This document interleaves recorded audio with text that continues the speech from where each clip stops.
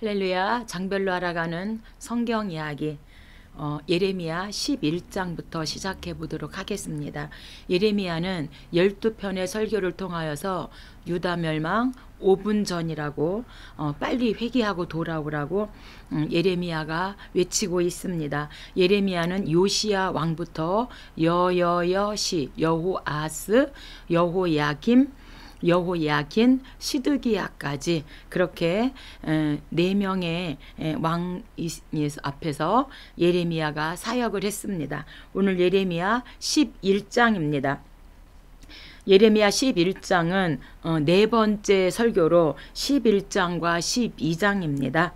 11장은 언약 파기입니다. 하나님의 백성이 가장 소중히 여겨야 할 그 언약을 그들 스스로가 의도적으로 파기한 사실을 지적하는 내용으로 가나안을 거룩한 땅으로 변화시킬 사명이 유다 백성들에게 맡겨졌지만 그들은 오히려 죄악된 풍습에 빠지고 하나님의 백성으로서의 그 모습을 상실한 그들은 결국 하나님의 공의의 심판을 자초하게 되어집니다. 3절입니다. 이 언약의 말씀을 따르지 않는 자는 저주를 받을 것이니라. 이 언약은 내가 너희 조상들을 쇠풀무 애굽 땅에서 이끌어내던 날에 그들에게 명령한 것이라. 너희는 내 목소리를 순종하고 나의 모든 명령을 따라 행하라. 그리하면 너희는 내 백성이 되겠고 나는 너희의 하나님이 되리라. 그래서 애굽 땅에서 이끌어내던 날, 그래서 출애굽기 24장이잖아요. 하나님께서 십계명을 주시고 출애굽기 24장에서 언약 체결을 하시고 25장부터 출애굽기 이제 하나님께서 성막 설계도를 주시죠. 그리고 이제 2세대들에게 신명기 29장에서 또한 그 언약 체결을 갱신을 하게 되어집니다. 그래서 언약을 맺었는데 하나님께서 이 언약을 내가 이제 파기하겠다. 이렇게 말씀하고 있습니다. 왜 그런가? 9절입니다. 유다인과 예루살렘 주민 중에 반역이 있도다. 그들이 내 말 듣기를 거절한 자기들의 선조의 제약으로 돌아가서 다른 신들을 따라 섬겼은즉 이스라엘 집과 유다 집이 내가 그들의 조상들과 맺은 언약을 깨뜨렸도다. 그래서 북이스라엘과 남유다와 맺은 그 언약 체결, 그 언약을 이제 하나님께서 파기하시겠다. 이렇게 말씀하고 있습니다. 왜냐? 그들이 죄악으로 또한 우상을 섬겼기 때문이다. 이렇게 말씀합니다. 11절입니다. 보라 내가 재앙을 내리리니 그들이 피할 수 없을 것이라. 그들이 내게 부르짖을지라도 내가 듣지 아니할 것인즉. 그래서 멸망 5분 전이니 어서 속히 회개하고 돌아오라고 예레미야를 통해서 하나님께서 말씀하고 있습니다. 12장입니다. 12장은 예레미야의 질문과 하나님의 응답인 질문 응답입니다. 예레미야는 악인들의 형통함에 대한 강한 의문을 하나님께 제기합니다. 그러나 하나님은 불의의 세력에 대한 임박한 심판을 예고하시므로 그 의문에 답을 하십니다. 아울러서 여러 이방인들도 진정으로 회개하면 하나님의 백성들과 함께 구원받을 것을 말씀하고 있습니다. 1절입니다. 여호와여 내가 주와 변론할 때에 주께서 의로우시니이다. 그러나 내가 주께 질문하옵나니 하나님께 지금 질문을 합니다. 악한 자의 길이 형통하며 반역한 자가 다 평안함은 무슨 까닭입니까? 이렇게 왜 악인들이 형통하고 악인들이 잘 됩니까? 이렇게 지금 예레미야가 하나님께 질문은 하는데 시편 37편과 73편도 이러한 시편 기자가 왜 악인이 형통합니까? 이렇게 질문하니까 하나님께서 악인의 형통에 불평을 금하라 이렇게 말씀하시고요. 하박국도 하나님께 왜 악인들이 이렇게 형통하죠? 그리고 하나님께 질문을 해요. 질문하고 하나님의 대답하고 질문하고 대답하고 이렇게 2번씩 하나님께 질문하고 하나님께서 말씀하는 것처럼 예레미야도 하나님 어찌하여 이렇게 악한 자의 길이 형통합니까? 하나님을 반역한 자가 왜 다 이렇게 평안한 것은 무슨 까닭입니까? 이렇게 하나님 앞에 질문을 하는데 여러분도 하나님께 혹시 이러한 질문을 하지 않으시는가요? 7절입니다. 내가 내 집을 버리며 내 소유를 내던져 내 마음으로 사랑하는 것을 그 원수의 손에 넘겼나니. 하나님께서 대답하시는데 그 원수의 손에 넘겼다. 그것은 너는 악한 자가 형통하고 반역한 자가 평안하다고 생각하지만 하나님께서 그들을, 그 악한 자들을 원수의 손에 넘겼나니. 그 원수가 누구예요? 바벨론이죠. 그래서 바벨론에 넘겼나니 잔혹하게 이제 바벨론을 통해서 죽임을 당하게 될 거야. 이렇게 하나님께서 이제 대답해 주시는 질문과 대답입니다. 13장입니다. 13장은 제 5번째 오설교입니다. 그래서 뱃띠와 포도주병입니다. 본장에서 뱃띠란 제사장들이 띠는 것으로 유다를 가리키고 있습니다. 유다는 제사장 나라다운 면모를 잃고 썩은 뱃띠처럼 멸망당할 처지에 놓여 있다. 멸망 5분 전이다. 이렇게 지금 말씀하고요.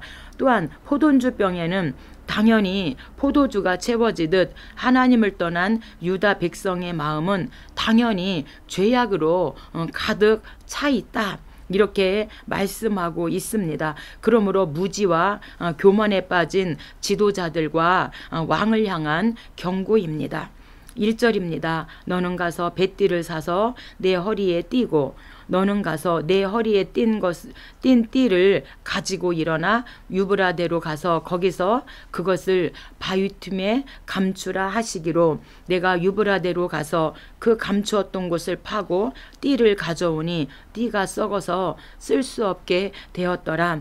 하나님께서 뱃띠를 이제 유브라데의 그 바위 틈에 감춰라. 그래서 감췄어요. 또 하나님께서 거기 가서 다시 그 감추었던 곳을 파고 그 띠를 가져와. 그래서 파보았더니 그 띠가 썩어서 쓸 수 없게 되었습니다. 그래서 뱃띠가 썩은 것처럼 유다 백성들도 이와 같이 하나님께서 썩게 하신다, 멸망을 당하게 할 것이다 라는 의미로 지금 뱃띠에 말씀을 하고 있고요.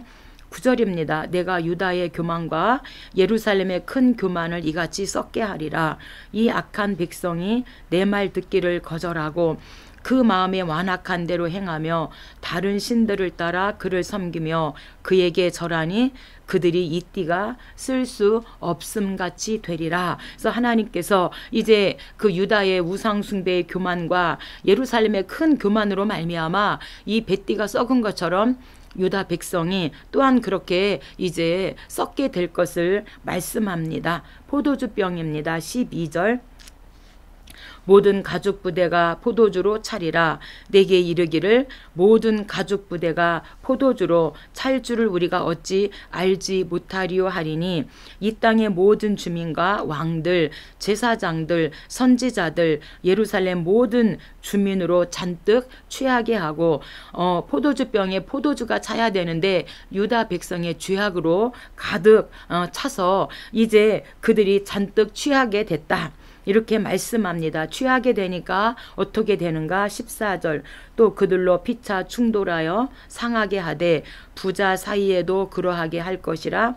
내가 그들을 불쌍히 여기지 아니하며 사랑하지도 아니하며 아끼지 아니하고 멸하리라 하셨다 하라. 그래서 이제 뱃띠가 썩은 것처럼 포도주병에 포도주를 차는 게 아니라 죄악으로 가득 채워진 것처럼 이제 유다 백성들도 이와 같이 하나님께서 썩게 하고 멸하시겠다. 그래서 5분 전이니 빨리 회개해라. 아직은 그래도 5분이라는 시간이 남아 있으니 어서 속히 회개하고 돌아와라. 이렇게 지금 예레미야를 통해서 말씀하고 오늘 저와 여러분에게도 5분 전이라고 말씀하고 계십니다.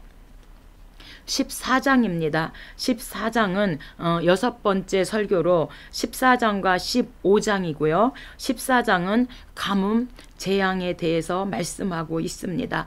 가뭄으로 인한 유다 백성들의 고통은 이루 말할 수 없었습니다. 이에 예레미야는 하나님께 중보 기도를 드렸지만 하나님의 의지는 확고하십니다. 그 기근은 이제 칼과 기근이 임하지 않을 것이라던 그 거짓 선지자들, 우리는 유다 백성이고 할례 민족이기 때문에 우리에게는 칼과 기근이 임하지 않을 거야, 이렇게 거짓 선지자들의 그런 기만성을 입증한 것이기도 하다는 하나님의 대답입니다. 그럼에도 고통이 너무 심했기 때문에 가뭄으로 예레미야는 재차 하나님께 자비를 구하고 있습니다. 1절입니다. 가뭄에 대하여 유다가 슬퍼하며 성문의 무리가 피곤하여 땅 위에서 애통하니 예루살렘의 부르짖음이 위로 오르도다. 우물에 갔어도 물을 얻지 못하며 빈 그릇으로 돌아오니 부끄럽고 근심하여 그들의 머리를 가리며, 그래서 이들이 하나님께서 재앙으로 이들이 우상 숭배와 하나님을 떠난 그런 제약으로 말미암아 그 땅에 가뭄이 아주 심하였다는 것이죠. 땅에 비가 없어 지면이 갈라지니 밭가는 자가 부끄러워 그의 머리를 가리는도다. 지금 유다 백성에게 꼭 필요한 것은 하나님께서 가뭄을 해결하여 비를 주시는 거예요. 물을 주시는 건데 하나님께서 이 지금 비를 주지 않으니까 이스라엘 백성들이 지금 밭가는 자가 부끄러워서 머리를 가리고 이제 이들이 땅 위에서 하나님 앞에 애통하며 부르짖게 되어집니다. 그래서 우리도 하나님께서 꼭 필요한 것, 우리가 얻지 못할 때 정말 그 참담함과 비참함이 있는 것처럼 유다 백성들이 꼭 필요한 건 지금 이 당시에 빈데 하나님께서 가뭄으로 말미암아 회개하고 돌아오라고 지금 말씀하고 있는 것입니다. 15장입니다. 네 가지 벌입니다. 6번째 설교이죠. 하나님은 유다를 심판하고자 하는 뜻을 철회하지 않으시고 유다의 부패상을 더 이상 간과하지 않으시겠다는 결심의 표현을 하고 계십니다. 예레미야는 중보자로 나선 자신의 고통을 하나님께 호소하면서 동족으로부터 핍박을 당해 더욱 고통스러웠던 예레미야는 하나님은 그를 보호하실 것이라고, 예레미야에게는 내가 너만큼은 보호해 줄 거야, 이렇게 보호할 것이라고 약속하시면서 끝까지 하나님의 말씀을 대언해서 하나님께 충성할 것을 촉구하고 계십니다. 3절입니다. 여호와의 말씀이니라. 내가 그들을 네 가지로 벌하리니 첫째 죽이는 칼, 둘째 찢는 개, 셋째 삼키어 멸하는 공중의 새, 넷째 땅의 짐승으로 할 것이며, 이렇게 네 가지를 들어서 하나님께서 유다를 벌하시겠다 이렇게 말씀하는데, 첫 번째 죽이는 칼은요, 바벨론 군대가 이제 유다를 칼로 죽이시겠다 이렇게 말씀하시고요. 두 번째 찢는 개는 들깨인데, 들깨는 사정없이 닥치는 대로 찢어 죽인대요. 그렇게 유다를 벌할 것이다. 셋째, 삼켜 멸하는 공중의 새는 이제 그 죽은 시체들을 내장까지도 이렇게 먹어 치운다는 거예요. 네 번째, 땅의 짐승, 이제 공중의 새가 내장까지 먹고 그 남은 그 뼈를 땅의 짐승들이 그 뼈까지도 먹게 해서 그렇게 유다를 심판하겠다. 그러니 5분 전이야. 5분은 남아있으니 어서 속히 회개하고 돌아오라고 지금 하나님께서 말씀하고 있습니다. 요엘서 1장 4절에도 보니까 메뚜기 재앙을 통해서 팥중이가 먹고 남긴 것을 메뚜기가 먹고, 메뚜기가 먹고 남긴 것을 느치가 먹고, 느치가 먹고 남은 것을 황충이 먹겠다. 이렇게 지금 요엘서를 통해서 말씀하고 있는데, 요엘서는요 남유다의 요아스 왕 때예요. 근데 요아스는 성전을 재건하고 했는데, 재건이 아니라 성전 수리를 하고 했는데 왜 요아스 때 그러는가? 그것은 요아스 위에 아달랴 6년, 아하시야 1년, 여호람 8년 이렇게 여호람은 그 아달랴와 북이스라엘 아합의 딸과 결혼해서 남유다의 우상 숭배를 주도했고요. 그의 아들 아하시아도 마찬가지고 그의 아하시아의 어머니 아달랴도 남유다에 엄청나게 바알과 아세라 우상을 퍼뜨렸잖아요. 그러므로 하나님께서 이제 이 유다에 그렇게 메뚜기 재앙을 통해서 파충이가 먹고 남은 것 메뚜기가 먹고, 메뚜기가 먹고 남은 것 느치가 먹고, 느치가 먹고 남은 것 황충이가 먹어서 아무것도 거둘 게 없도록 하겠다. 그러니 빨리 바알과 아세라 풍요의 그 우상에서 돌아와라. 이렇게 요아스 왕 때 요엘이 외치고 있는 것처럼 지금 이 예레미야에서도 유다 백성들에게 멸망 5분 전이니 어서 속히 회개하고 돌아오라고 4가지 벌을 통하여서 말씀하고 있습니다. 4절입니다. 유다의 왕 히스기의 아들 므낫세가 예루살렘에 행한 것으로 말미암아 내가 그들을 세계 민족 가운데서 흩으리라. 이렇게 해서 우리가 므낫세 요시야 시잖아요. 그래서 므낫세 아몬 그 다음에 요시야인데 이 므낫세가 엄청나게 55년 동안 우상 숭배 1등이고 우상 숭배를 퍼뜨리잖아요. 그로 말미암아 이제 바벨론 군대가 유다를 회개하지 않으면 칼로 죽일 것이다. 이렇게 지금 4가지 벌을 통해서 말씀하고 있습니다. 16장입니다. 16장은 금지 명령인데 16장과 17장은 이제 7번째 설교입니다. 그래서 결혼할 사람도 없다. 그 다음에 다 너도 나도 상갓집이야. 혼인집도 없어. 그래서 이제 결혼집에 가지 마라. 결혼하는 집에. 상갓집에 가지 마라. 혼인집에 가지 마라.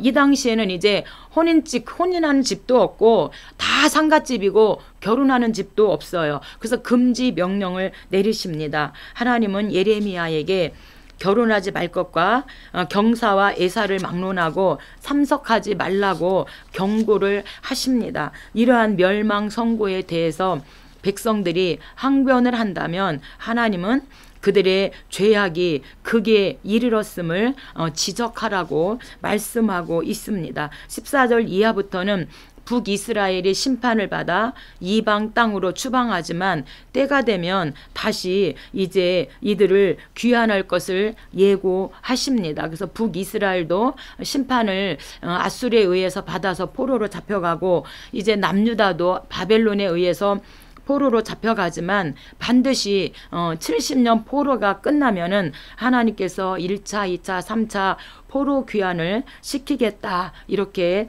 말씀합니다.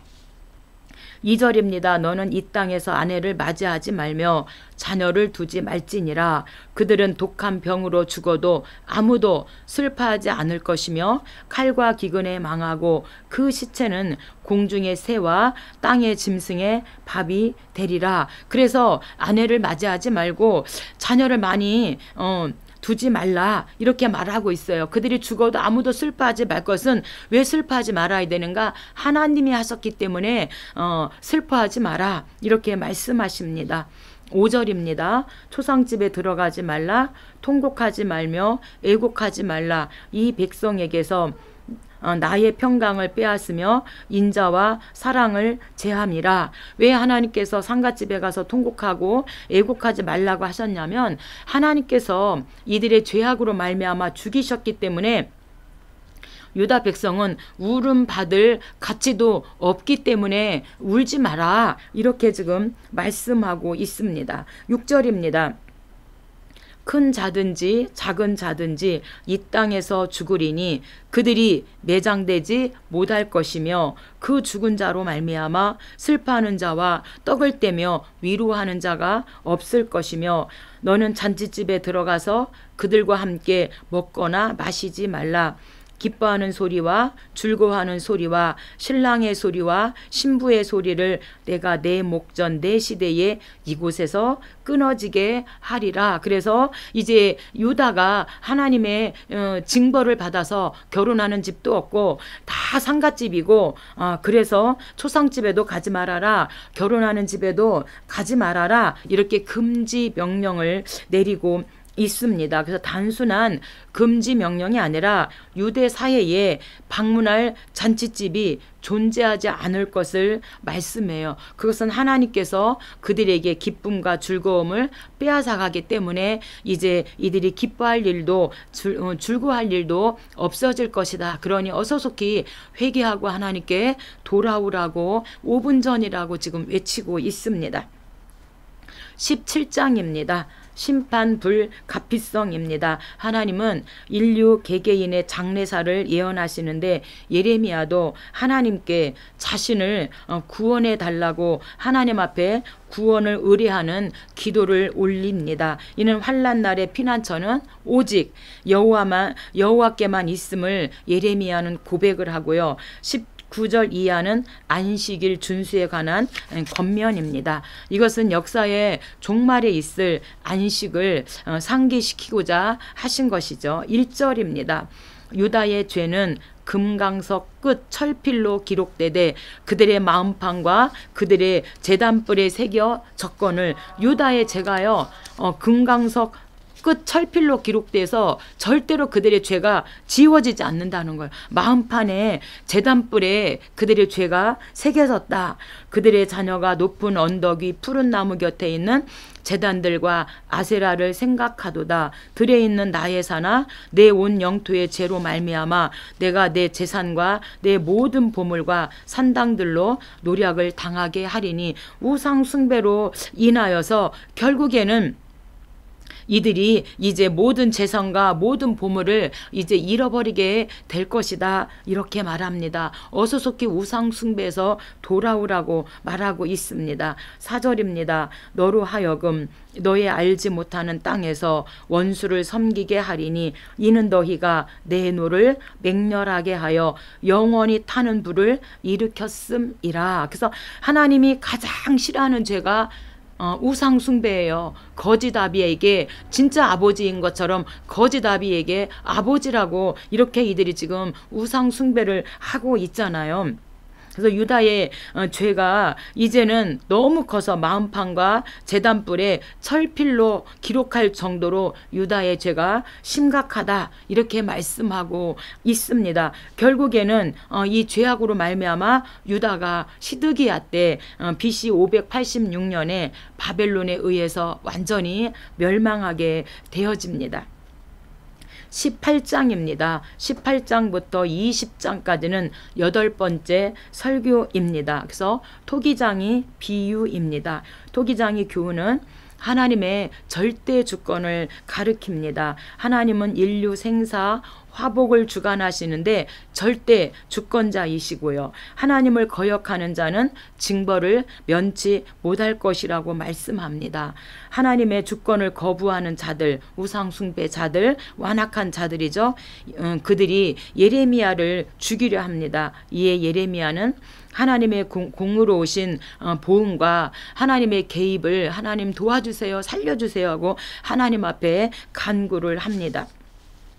2절입니다. 너는 일어나 토기장의 집으로 내려가라. 내가 토기장의 집으로 내려가 본즉 농로로 일을 하는데 진흙으로 만든 그릇이 토기장의 손에서 터짐에 그가 그것으로 자기 의견에 좋은 대로 다른 그릇을 만들더라. 8절입니다. 내가 말한 그 민족이 그의 악에서 돌이키면 내가 그에게 내리기로 생각하였던 재앙에 대하여 뜻을 돌이키겠고, 이제 하나님께서 자기 의견에 좋은 대로 다른 그릇을 만드는 것은 아직도 5분 남아 있어. 아직 회개할 시간이 5분 남아 있어. 멸망 5분 전이지만 5분 남아 있으니 어서 속히 뜻을 돌이켜서 회개하고 돌아온다면 이제 내리기로 생각하였던 재앙에 대하여 뜻을 하나님께서 돌이키시겠다. 이렇게 토기장의 비유를 통해서 이제 유다 백성들에게 간곡하게 어서속히 회개하고 우상에서 돌이켜서 하나님께 돌아오라고 지금 말하고 있습니다. 10절입니다. 만일 그들이 나 보기에 악한 것을 행하여 내 목소리를 청종하지 아니하면 내가 그에게 유익하게 하리라고 한 복에 대하여 뜻을 돌이키리라. 이들이 하나님 목소리를 청종하지 아니하고 회개하지 않는다면 하나님께서는 이제 유익하게 하리란 그 복에 대해서도 하나님께서는 뜻을 돌이키시겠다 이렇게 말씀하시면서 어서속히 우상에서 돌이켜서 하나님께 돌아오라고 이제 말씀하고 권면하고 있습니다. 19장입니다. 19장은 깨진 옹기입니다. 여호와께서는 예레미야에게 극악한 우상 숭배 지었던 흰놈의 골짜기에서 옹기를 깨뜨리게 하십니다. 그래서 깨진 옹기죠. 이는 예루살렘과 유다의 파멸이 돌이킬 수 없음을 강조한 것으로 유다 백성의 죄악은 자식을 우상의 제물로 바치는 듯 인신 제사죠. 완전히 이들의 악이 극에 달했음을 말해주고 있습니다. 그래서 결국 깨어진 옹기처럼 이제 먼 이방 땅으로 뿔뿔이 흩어지고 말 것을 하나님께서 예레미야를 통해서 경고하고 있습니다. 10절입니다. 너는 함께 가서 함께 가는 자의 목전에서 그 옹기를 깨뜨리고 토기장의 그릇을 한번 깨뜨리면 다시 완전할 수 없나니 매장할 자리가 없을 만큼 매장하리라. 그래서 하나님께서 토기장의 비유를 통해서 지금 빨리 굳기 전에는 이들이 회개한다면 하나님의 뜻을 돌이킬 수 있지만 이제 완전히 굳어서 이제 굳은 것은 더 이상 돌이킬 수가 없고 다르게 만들 수가 없는 것처럼 이제 하나님께서 옹기를 깨뜨려서 이제 깨뜨리게 해서 그 깨진 옹기는 다시 붙일 수가 없는 것처럼 유다의 멸망을 이제 1차, 2차, 3차 포로로 잡혀가서 뿔뿔이 흩어지게 될 것을 19장 깨진 옹기를 통하여서 말씀하고 있습니다. 그래서 반드시 이제 토기장의 그릇을 한번 깨뜨리면 완전할 수 없고 매장할 자리가 없을 정도로 그렇게 매장하게 될 것을 말씀합니다. 20장입니다. 20장은 이제 대제사장 바수훌 박해입니다. 그래서 제사장 총감독, 그래서 총 제사장 이제 24반열 24명이 있고 24명을 감독하는 총감독 1명에서 25명인데 총 감독하는 바수울이 예레미야를 박해하는 바수울 박해입니다.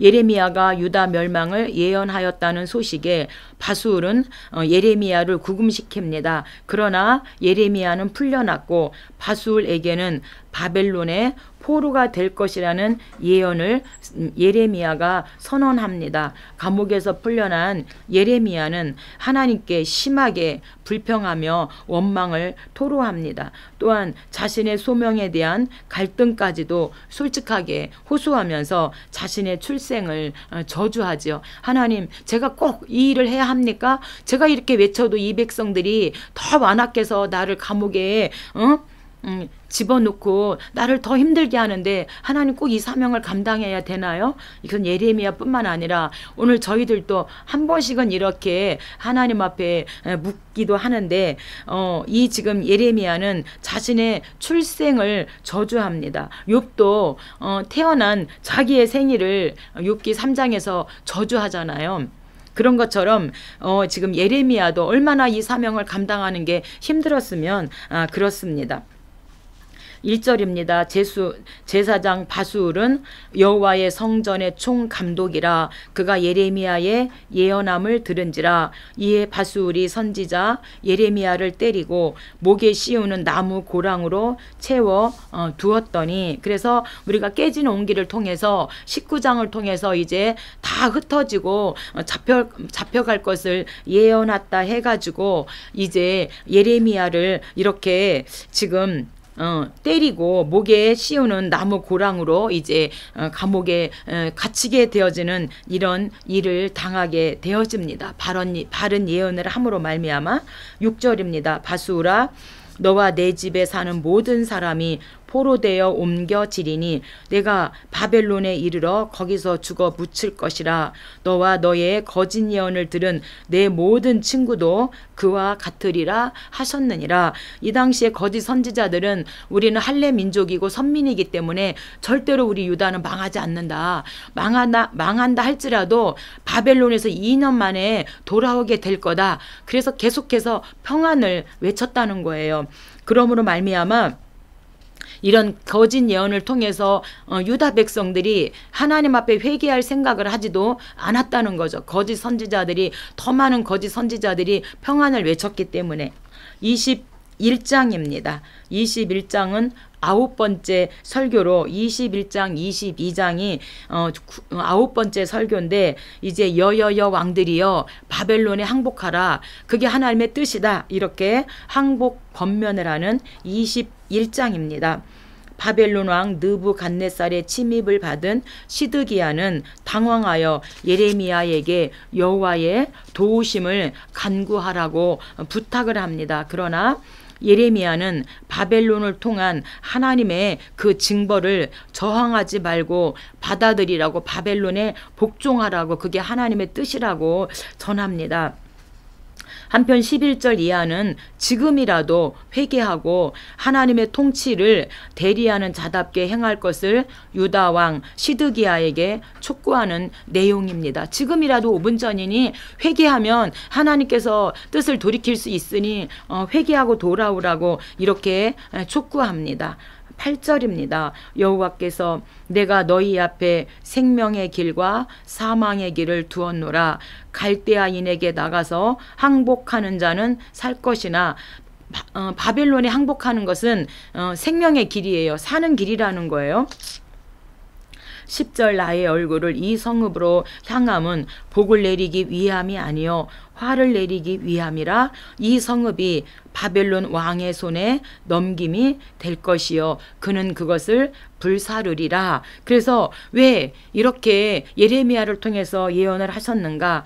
바벨론은 하나님의 이제 심판 도구, 바벨론을 들어서 하나님께서 이제 유다를 심판하시겠다. 그래서 바벨론은 하나님의 심판 도구다 이렇게 말하고, 바벨론에 항복하는 것은 하나님 그 공의의 심판을 수용하고 인정하라고 이렇게 말하고 있습니다. 하지만 시드기야는 바벨론에 복종하지 않고 바벨론을 배반하고, 여호야김도 바벨론에 복종하지 않고 바벨론을 배반하게 되어지죠. 그래서 이어서 22장 다시 이어서 여여여 왕들이여, 여호아하스, 여호야김, 여호야긴, 여여여 왕들이여 바벨론에 복종하세요. 이게 하나님의 뜻입니다. 제차 22장에서 여여여 왕들에게 하나님 앞에 바벨론에 복종해라. 이게 하나님의 뜻이다. 이렇게 지금 다시금 21장에 이어서 외치고 있습니다.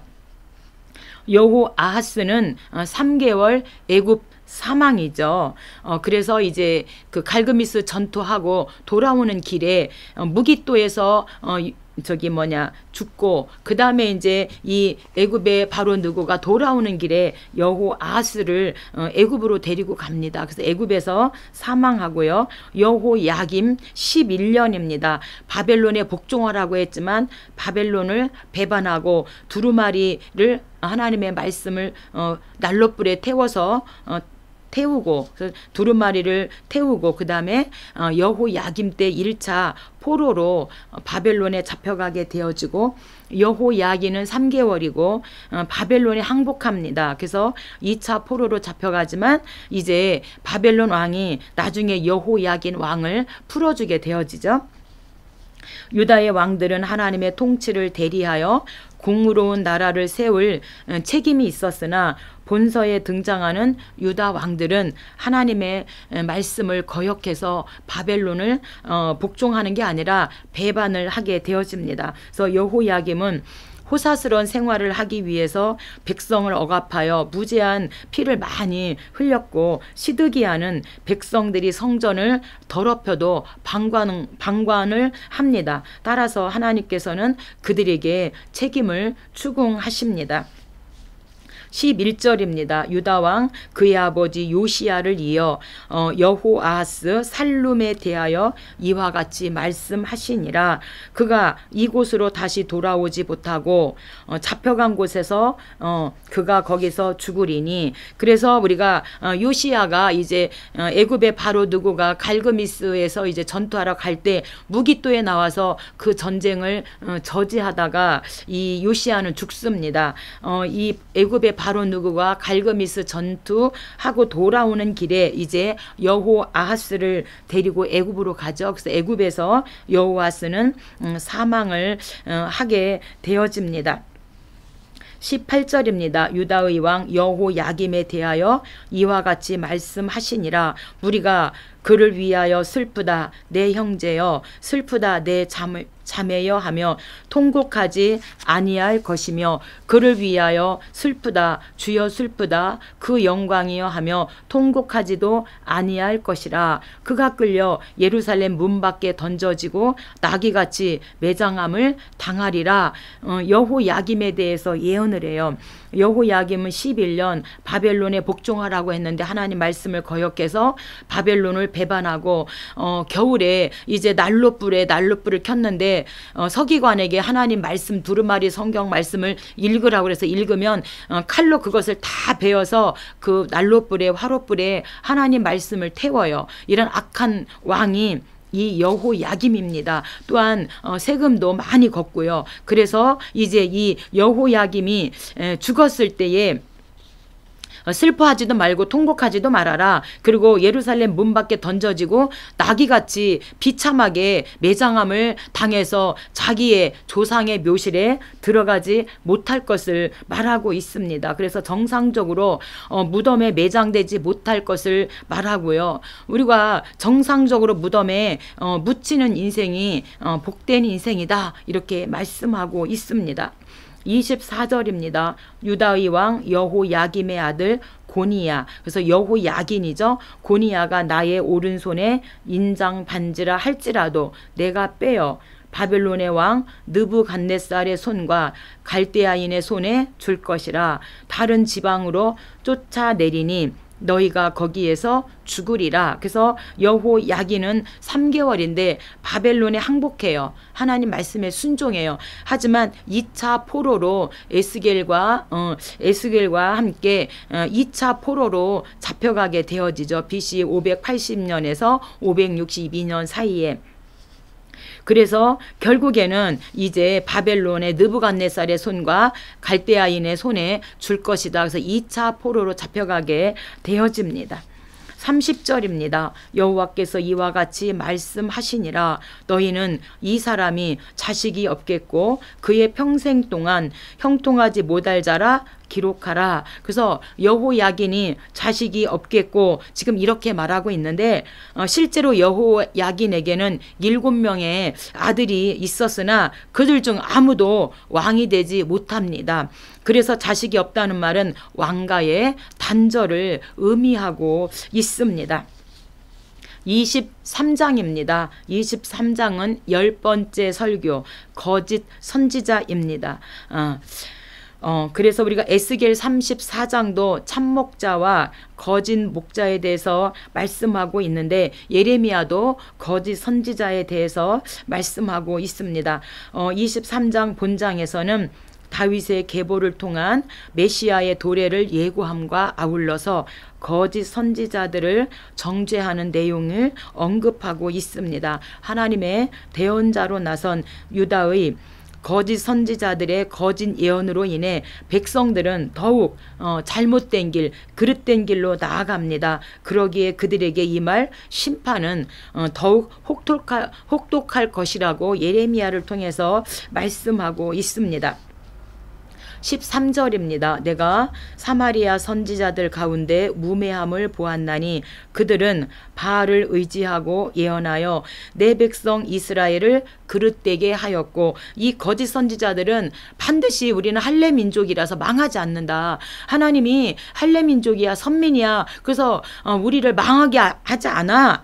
그러기 때문에 이들이 예레미야의 예언을 듣고 회개하지 않았다는 거예요. 그래서 내 백성 이스라엘을 그릇되게 하였고 예루살렘 선지자들 가운데서도 가증한 일을 보았나니 간음을 행하며 거짓을 말하며 악을 행하는 자의 손을 강하게 하여 사람으로 그 악에서 돌이킴이 없게 하였은즉 소돔과 다름이 없고 고모라와 다름이 없느니라. 그래서 이 잘못된 거짓 예언으로 말미암아 평강의 그 예언으로 말미암아 이스라엘 백성들이나 북이스라엘 백성들이 하나님 앞에 회개하고 돌아오지 않았다, 이렇게 말하고 있습니다. 그래서 호세아 4장도 제사장 죄에 대해서 말하고 말라기 1장도 제사장 죄, 이사야도 제사장과 선지자들의 타락과 제사장들의 잘못되어지는 거에 대해서 말하고 있는데, 오늘 지금 예레미야도 거짓 선지자들의 거짓 예언으로 말미암아 유다 백성들이 회개하지 않고 그릇된 길로 가고 있는 그런 안타까움을 말하고 있습니다. 24장입니다. 24장은 두 광주리, 무화과 두 광주리로 11번째 설교입니다. 두 차례에 걸친 바벨론의 침공으로 많은 유다인들이 이제 포로로 잡혀간 상태에서 1차, 2차 여호야긴 두 차례죠. 예레미야에게 두 개의 무화과 강주리에 관한 환상과 이에 대한 해석을 계시하십니다. 바벨론 포로 중에 경건한 삶을 살아 이스라엘로 귀환할 자들은 극히 좋은 무화과 나무에 비유하시고 유다 땅에 남아있는 시드기야 왕과 유다 땅에 남아있는 자들과 이제 또 이 전쟁이 두려워서 기근이 두려워서 애굽으로 이제 피난 나간 애굽으로 도망간 이런 자들은 극히 나쁜 그 무화과 나무에 비유해서 우리 하나님께서 말씀하고 있습니다. 1절입니다. 유다왕 여호야김의 아들 여호야긴와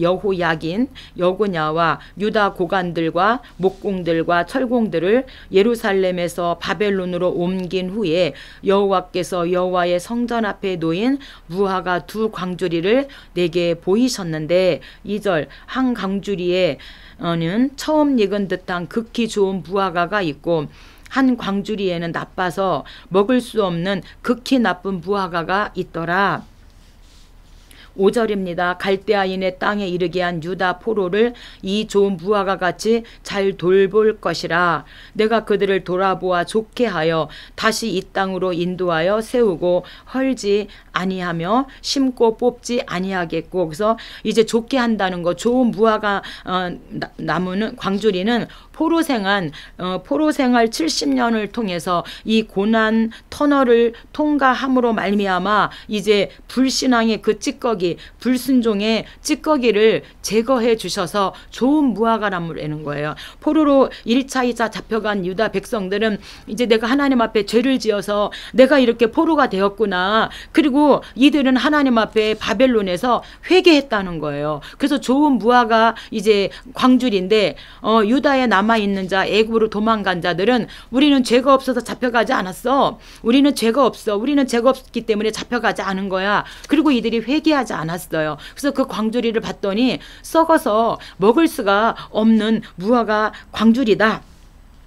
이렇게 지금 하나님께서 무화과 두 광주리를 통해서 말씀하고 있습니다. 8절입니다. 유다 왕 시드기야와 고관들과 예루살렘의 남은 자로서 이 땅의 남은 자와 애굽 땅에 사는 자들을 나빠서 먹을 수 없는 이 나쁜 무화과 같이 버리되 그들에게 환난을 당하게 할 것이며 또 그들에게 내가 쫓아보낼 모든 곳에서 부끄러움을 당하게 하며 말거리가 되게 하며 조롱과 저주를 받게 할 것이며 칼과 기근과 전염병을 그들 가운데 보내 내가 그들과 그들의 조상에게 준 땅에서 멸절하기까지 이르게 하리라. 아멘. 1차 2차 포로로 잡혀간 것을 보면 남은 자, 유다의 남은 자 시드기야와 고관과 남은 백성들이 우리가 회개하지 않으면 우리도 저렇게 바벨론에 잡혀가겠구나, 이렇게 하고 회개해야 되는데 오히려 우리는 죄가 없어서 잡혀가지 않았어, 이렇게 했다는 거예요. 그리고 회개하지 않았다는 거예요. 그래서 이제 이 남은 자들도 하나님께서 환난을 당하게 할 것이고 이제 쫓아보낼 것이고 부끄러움을 당하게 할 것이고 말거리가 되게 할 것이며 조롱거리가 되고 저주를 받게 할 것이다. 이렇게 말씀하면서 이제 회개를 촉구하고 있습니다. 그래서 이 땅에 남아있는 자는 시드기야와 이제 아직까지 3차 포로로 잡혀가지 않은 이런 사람을 말하고 있습니다. 그래서 나는 죄가 없어서 포로로 안 잡혀갔다는 그런 거짓 자만과 헛된 교만에 사로잡힌 이런 자들, 나쁜 무화과 나무, 무화과로 회개하지 않는 자들을 나쁜 무화과로 하나님께서 비유하고 있습니다. 혹시 저와 여러분은 나쁜 무화과는 아닐까요? 아니면 정말 회개하고 하나님 뜻대로 살려고 몸부림치는 좋은 그런 극상품의 무화과일까요? 한번 생각해 보면 좋겠습니다. 25장입니다. 12번째 설교로 포로 70년입니다. 결국에는 이제 포로로 바벨론에 잡혀갔다가 70년 만에 돌아올 것을 예언하고 있습니다.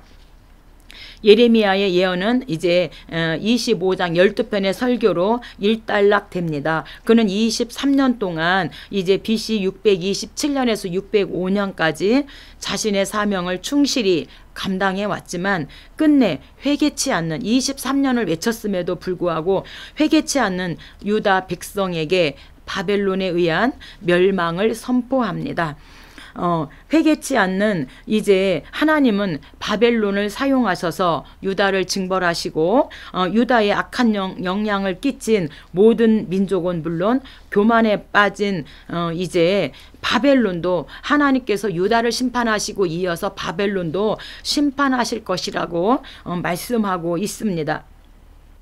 9절입니다. 내 종 바벨론의 느부갓네살을 불러다가 이 땅과 그 주민과 사방 모든 나라를 쳐서 진멸하되 그들을 놀람과 비웃음거리가 되게 하며 땅으로 영원한 폐허가 되게 할 것이다. 내가 그들 중에서 기뻐하는 소리와 즐거워하는 소리와 신랑의 소리와 신부의 소리와 맷돌 소리와 등불 빛이 끊어지게 하리니 70년 동안 바벨론 왕을 섬기리라. 이렇게 70년 동안 결국에는 이제 바벨론 왕을 섬기고 포로로 잡혀가게 될 것을 말하고 있습니다. 그래서 1차 포로는 여호야김과 다니엘 그 친구들이 1차 포로로 잡혀가게 되어지고요. 이제 이 포로 기간 70년을 말하고 있는데 여기에는 견해가 두 가지가 있습니다. 그래서 70년 기간을 1차 포로 귀환 605년부터 그 다음에 제1차 포로 귀환기인 535년까지를 보는 견해가 있고 두 번째는 시드기야 때죠. 성전이 파괴되던 586년 시드기야 때 이때부터 제2성전이 봉헌되던 BC 516년까지로 보는 견해가 있는데 대부분은 첫 번째 1차 포로로 잡혀가서 이제 포로 귀환하는 이것으로 보편적으로는 그렇게 보고 있습니다. 하지만 이러한 두 가지 견해가 있다고 하는 사실입니다. 그래서 우리가 1차 포로로 이제 여호야김 때 잡혀가서 1차 포로 귀환 수르바벨 때 이렇게 계산을 해보면은요, 딱 68년 약 70년이 나옵니다. 26장입니다. 26장부터는 이제 또 성전에서 4편의 설교를 예레미야가 성전에서 설교를 하게 되어지는 성전 설교입니다. 회개할 줄 모르는 백성들과 하나님의 편에 섰던 자들의 모습을 대조합니다. 당시 유다는 극한 위기에 처했는데도 성전에 위치한 예루살렘 성만은 결코 파멸되지 않을 것이라는 맹목적 신앙에 빠져 있었습니다. 하지만 바벨론의 항복을 권하는 예레미야를 죽이려 했고 장로 중 몇 사람이 예레미야를 변호하고 나서요. 하지만 결국에는 예루살렘 성전도 시드기야 때 완전히 포위당하고 불타고 무너지게 되어집니다. 1절입니다. 유다의 왕 여호야김이 다스리기 시작한 때에 여호야김 여호와께서 이와 같이 말씀하시느니라. 너는 여호와의 성전 뜰에 서서 성전에 와서 예배하는 자에게 모든 말을 전하되 한마디도 감하지 말라. 그들이 듣고 혹시 각각 그 악한 길에서 돌아오리라. 그리하면 내가 그들에게 재앙을 내리려 하던 뜻을 돌이키리라. 이렇게 말씀하고 있습니다. 다시 돌아가서 지금 여호야김 때예요. 여호야김 때 1차 이제 포로로 잡혀가기 직전에 이제 또다시 예레미야에게 성전에서 넌 설교해라. 그래서 이제 성전에서 예배하는 자들에게 빨리 악한 길에서 돌아와라. 이제 멸망 5분 전이다. 얼마 남지 않았다. 그렇게 지금 해서 예레미야의 말을 듣고 회개한다면 하나님께서 뜻을 돌이키겠다. 토기장이 비유를 통해서도 말씀하셨죠. 예레미야 18장에 재앙에 대하여 이제 아직 빚는 중이니까 내가 다르게 만들면 된다. 그래서 뜻을 돌이키겠다. 뜻을 돌이키리라 말씀하시고 성전에서도 예레미야를 통해서 설교를 하지만 이들이 돌이키지 않는 것이죠. 8절입니다. 예레미야가 여호와께서 명령하신 말씀을 모든 백성에게 전하기를 마침에 제사장들과 선지자들과 모든 백성이 그를 붙잡고 이르되 내가 반드시 죽어야 하리라. 그래서 오히려 하나님께서 주신 바른 예언을 성전에서 설교를 함으로 말미암아 제사장 선지자들 이런 백성에 의해서 너는 반드시 죽어야 해. 유다의 멸망을 외친다 해서 이 예레미야를 죽이려고 합니다. 그래서 어쨌든 우리가 영적 지도자가 살아야 가정이 살고 교회가 살고 나라가 살고 민족이 삽니다. 제사장, 이 지도자가 영적으로 잘못되어서 잘못 가리키게 되어지면 결국에는 제사장 선지자만 망하는 게 아니라 모든 백성이 다 같이 망한다고 하는 사실입니다. 그래서 저와 여러분은 교회에서도 가정에서도 다 영적 지도자고 우리가 있는 그곳에서 영적 지도자여 선교사인데 정말로 우리가 이렇게 깨어있는 하나님의 종들이 되고 하나님의 백성이 되었으면 좋겠습니다. 27장입니다. 27장은 이어서 다시 바벨론에 복종하라고 여여여 왕들이여 바벨론에 복종하는 것이 하나님의 뜻입니다. 이렇게 성전 설교를 4편의 설교를 하고 있는 것입니다. 당시 유다는 하나님의 뜻에 따라 바벨론의 멍에를 순순히 받아들여야 했음에도 그것에 대항하기 위해서 주변 국가들과 군사적 동맹을 맺습니다. 예레미야는 주변 국가들에게 그 뜻을 전달했으며 시드기야 왕과 제사장들에게도 바벨론에 복종할 것을 권고합니다. 그리고 거짓 선지자들의 예언에 대해서도 경고를 합니다. 12절입니다. 유다 왕 시드기야에게 전하여 이르되 왕과 백성은 바벨론 왕의 멍에를 목에 메고 그와 그의 백성을 섬기소서. 그리하시면 사실이이다. 어찌하여 당신과 당신의 백성이 칼과 기근과 전염병에 죽으려 하나이까. 이렇게 지금 시드기야 왕에게 바벨론에 복종해라 이렇게 말하고 있습니다. 하지만 시드기야는 이제 애굽과 동맹을 맺으려 하고 주변 나라들과 동맹을 맺으려고 바벨론을 배반하죠. 그래서 우리가 열왕기 하에 보면 시드기야 앞에서 시드기야 자식들을 비참하게 죽이고 마지막 시드기야의 눈을 빼서 결국에는 바벨론으로 이제 잡혀가게 되어지는 하나님의 말씀에 불순종하고 거짓 선지자들의 말을 듣고 그 결과 결국에는 시드기야가 비참하게 자녀들이 죽고 눈이 빠지고 바벨론의 포로로 잡혀갑니다. 그래서 예레미야가 여여여 왕들이여 바벨론에 복종하는 것이 하나님의 뜻이라고 27장에서 또다시 말씀하고 있습니다. 28장입니다. 28장은 이제 하나냐 거짓입니다.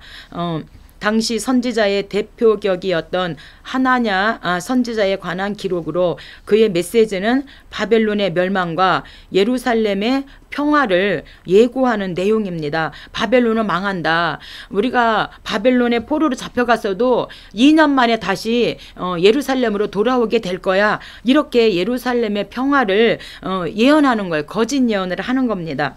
영적 암흑기에는 이러한 달콤한 거짓 예언이 더욱 창궐하기 마련이죠. 하지만 하나님은 하나냐를 갑작스런 죽음에 처하게 함으로 말미암아 예레미야를 위로하십니다. 1절입니다. 유다왕 시드기야가 다스리기 시작한 지 4년 5째 달 선지자 하나냐가 선지자 예레미야의 목에서 멍에를 빼앗아 꺾고 모든 백성 앞에서 하나냐가 말하여 이르되 내가 2년 안에 모든 민족의 목에서 바벨론의 왕 느부갓네살의 멍에를 이와 같이 꺾어 버리리라. 이렇게 거짓 예언을 합니다. 예레미야는 70년 만에 돌아올 것이야. 그러니 바벨론에 복종하고 오히려 바벨론이 잘 되도록 이제 그 나라를 위해서 기도하고 그 나라의 평안을 위해서 기도해. 그 나라가 잘 돼야 너희 포로로 잡혀간 너희도 평안하게 살 수 있으니까 이렇게 예언을 했는데 하나냐는 2년 만에 돌아올 것이라고 이렇게 거짓 예언을 하게 되는 것이죠. 그러니까 백성들이 하나냐의 그 거짓 예언을 듣고 이제 회개하려고 하지 않는 거죠. 13절입니다.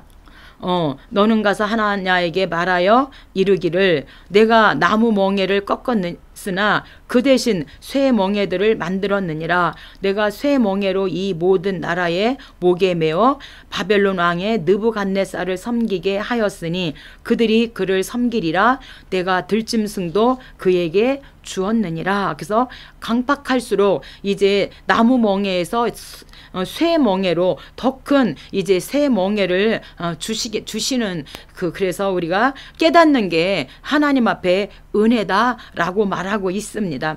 29장까지 하겠습니다. 29장 포로 편지입니다.